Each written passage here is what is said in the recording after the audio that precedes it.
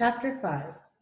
John hung up his coat, got his notebook and pencil out of his locker, and sat down at the small table just in time for the second bell.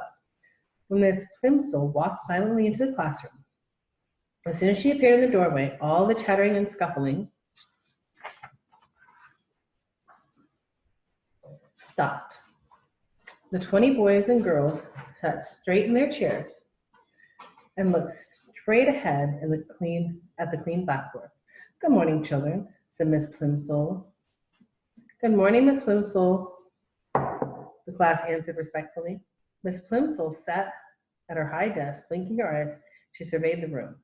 Then she opened a little drawer in her desk and pulled out a spectacles case, which she took her reading glasses. She removed her long-distance glasses, put on her short-distance glasses, snapped shut the spectacle case, replaced it in the drawer, shut the drawer, tilted her head forward so she could look over her glasses on her nose, and said, "This morning, children, we're going to have an important test."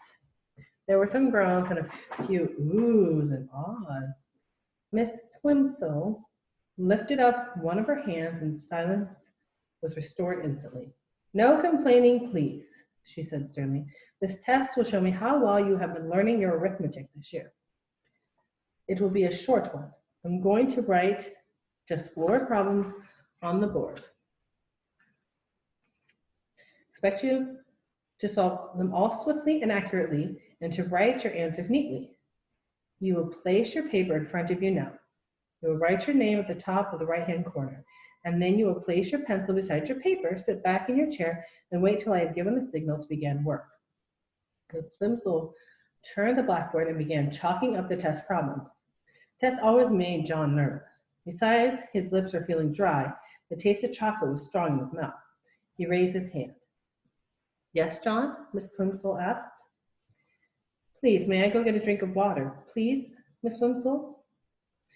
he asked in a small voice. "Very well, hurry back. We are going to start in a few minutes." John gratefully slipped out of the room and walked quickly down the quiet corridor to a water fountain. His tongue felt thick with chocolate. The cold water would be refreshing. He pressed his foot down on the fountain treadle, and a stream of clear, ice-cold water spurted up from the silver nozzle in the white enamel basin. He lowered his head, and a jet of water reached his lips. The cold water splashed delightfully against the outside of his mouth. He opened his lips. As soon as the water gushed in, it turned into ice-cold chocolate water, thin and sweet. Quickly, John stopped the flow. John looked with dismay at the shallow puddle of the form, and now it was draining away from the basin of the fountain. He hurried to another fountain on the second floor of the building. But the same thing happened. Clear ice-cold water turned into liquid chocolate in his mouth. When John finally got back to his classroom, all the other pupils were bent over their tables, busily scratching away. Miss Plimsoll looked up from her book as John tiptoed in. She looked at the clock on the wall, looked back at him, and wagged her finger reprovingly. John began the first of the 4 problems. He was so worried about the chocolate water, he couldn't keep his mind on his work. By the time he was ready to start the 4th problem, the other boys and girls were already putting down their pencils and straightening up and smiling at each other. 2 minutes ago, said Miss Plimsoll. Concentrating hard, John took the end of his pencil between his teeth and began to nibble it. It immediately turned to chocolate. Then he noticed an even more disturbing change. Although he had taken the pencil out of his mouth, as soon as the first piece of chocolate had crumbled off, the pencil was continuing to change to chocolate.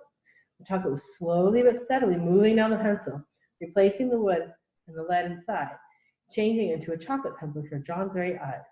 The magic, for John now knew that his power must be magic, was apparently getting stronger. By the time the whole pencil had changed from red, yellow, and black to dark brown, Plimsoll was announcing that only a few seconds remained in which to write down the final answer.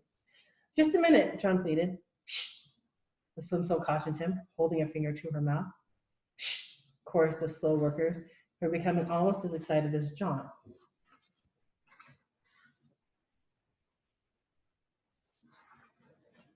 John felt worst of all.